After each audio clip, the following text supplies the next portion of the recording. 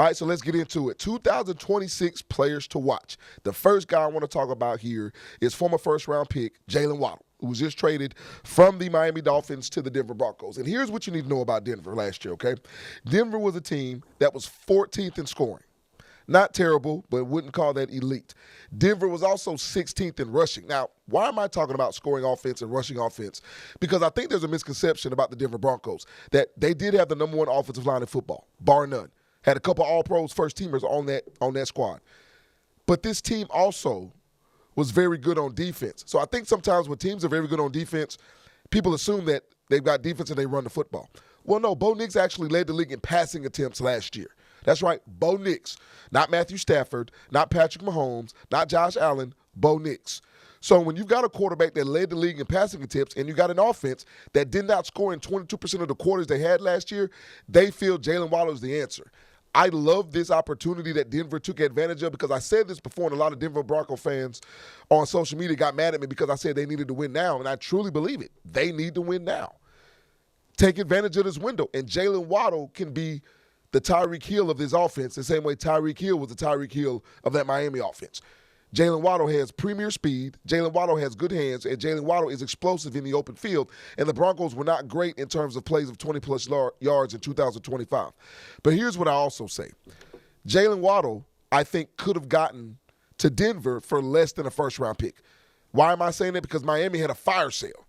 They're rebuilding under Jeff Hafley, and I think Denver could have given up a second-round pick, but they felt like their 30th pick overall was worth it. And I have no issues with that. I don't have a problem with the decision nor a problem with the trade. I'm just making a point of what I thought they could have gotten to keep that first-round pick, even if it was in the later rounds, in the later part of that round.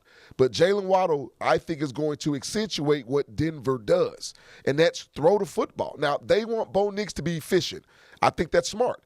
I don't think you necessarily have to try to chuck it down the field because there are a multitude of ways to get 20-plus yards through the air.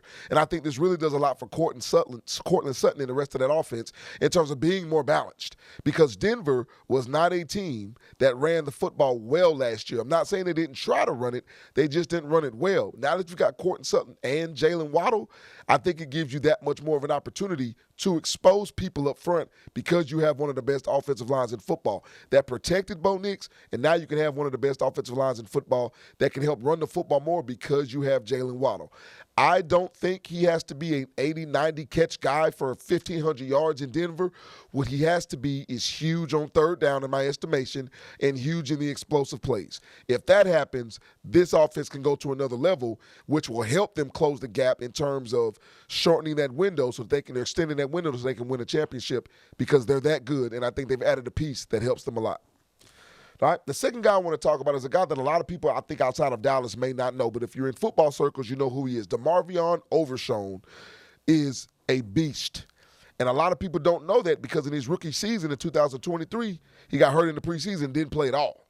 So the last couple of seasons haven't been what a lot of people want it to be for the Dallas defense in general. But this guy is a 6'2", 220-pound linebacker that can run, and that is a thumper. So he's an old-school thumper. Imagine the Lance Briggs and the Brian Urlachers of the world back in the day with the linebackers that you have now that can run sideline to sideline. You can even put them, I think, on the edge to rush if you needed to, or you could put him in the secondary. He's that versatile.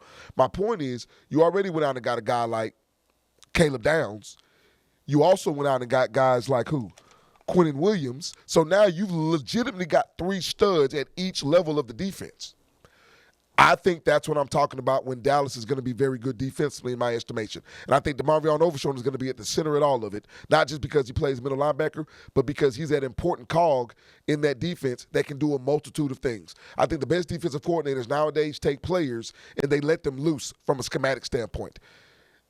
They're not stuck in just one position. They're not stuck in one role because when they're versatile, let them be versatile, create a versatile scheme.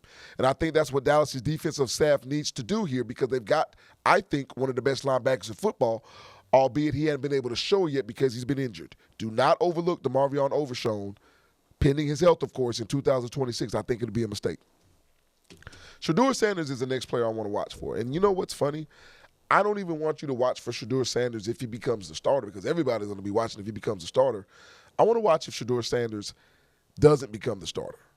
I want to see what it looks like because I already know the contingency of Shedeur Sanders fans, and I consider myself a Shedeur Sanders guy. Like, I want him to succeed, okay? But what I know is the people who are over-the-top Shedeur Sanders fans, if for some reason he's beaten out by Deshaun Watson, whom, let me tell you, there have been reports plus interviews done that may highlight and that may lead to or point to Deshaun Watson currently being QB1. Now, it's the end of April. May's about to start, early May.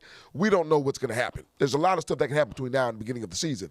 My point is, if Shedeur doesn't start, I don't even care how Shedeur handles it because I know how he will handle it, like a professional. And this is where I talk about people saying, well, he only played for his dad. He needs to be coached by other people. Yeah, you can say that, but I also say being coached by the father that he has is the reason why he acts the way he acts and why he's as mature as he is, because he understands the business of this game. He understands the ups and the downs and the trials and the pitfalls that can happen. And he understands it's a part of his journey. So I'm watching for Shedeur to see what happens if he's not the starter, because I think it's inevitable that one day he will become a starter in the NFL. I actually think it's inevitable with the Browns. But if it doesn't start that way in 2026, I'm so interested in seeing his resolve, because I think that will pinpoint why he is a franchise quarterback for somebody down the line. All right, the last guy I want to talk about is Bucky Irving, running back for the Tampa Bay Buccaneers. I'm going to give you something that's very, very important and intriguing in my estimation. Bucky Irving missed 7 games last year in 2025, okay? It still had a pretty good season, but I think the Bucs fell apart because they didn't have him. I consider Bucky Irving the most important part of this offense. Yes, not Baker Mayfield, not Chris Godwin, not Mike Evans when he was there, not anybody on that offensive line, even though they have a good offensive line. I think that Bucky Irving is the straw that stirs the drink of this offense, and I'm going to tell you why. In 2024, Bucky Irving was 21st in rushing attempts in the NFL and 10th in rushing yards. 21st in rushing attempts and 10th in rushing yards. That tells you everything you need to know about Bucky Irving. He is a beast with the football in his hands. He can bust it between the tackles. He can get outside. He's also great in the receiving game. Bucky Irving healthy makes Tampa Bay so much more diverse offensively. We know what they have at the receiver spot, and they're deep. And defensively, they tried to bulk up in the draft. If Tampa Bay can be one of the best rushing teams in football, they're a legitimate contender in the NFC in my estimation, and it all hinges on the back of Bucky Irving.